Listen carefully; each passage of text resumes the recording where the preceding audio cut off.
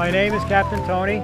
I'm a commercial fisherman here on Long Island. I fish in other waters, but Long Island is my home. When I catch fish, I catch them by the thousands. And the way we catch them is in a big net. Now the net is pulled along the bottom of the water like a huge funnel at a certain speed, and it scoops up the fish that are on the bottom.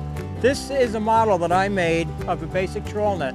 The ones we use on the boats themselves are probably 110 feet long. When they collect in the bag, we trip the bag and let it all come out on the deck of the boat. Now that is basically how these nets work. Now, as we're towing along on the bottom, there's all kinds of wreckage. And as we come to wreckage, the net will rip. The smallest hole, if one gets out, they all get out. These things are worth about $5,000 each. So you don't throw them out, you repair them. You can't go to Macy's and say to the guy behind the counter, Mr. Salesman, I want to buy a 45-65 fluke net. He'll look at you like you had two heads. Now, we're out at sea. We haul back, and wow, we got a hole in our webbing. What do I do? Well, you got to sew it. This is a needle, and right now the needle is loaded because it has twine on it. If I take the twine off, then it's just a bare needle.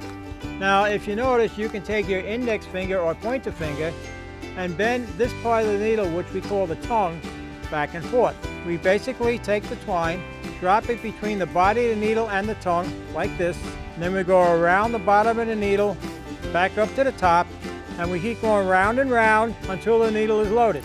Now this needle is ready for Captain Tony. You know, if you don't have that grit, you don't have that drive, you don't belong in this business. Here we are in Shinnecock in a blinding snowstorm, 2 o'clock in the morning, sewing one of these nets back together so I can buy my family peanut butter and jelly tomorrow. That's survival. If you don't know how to repair and overcome every obstacle that you can imagine, you might as well find another profession.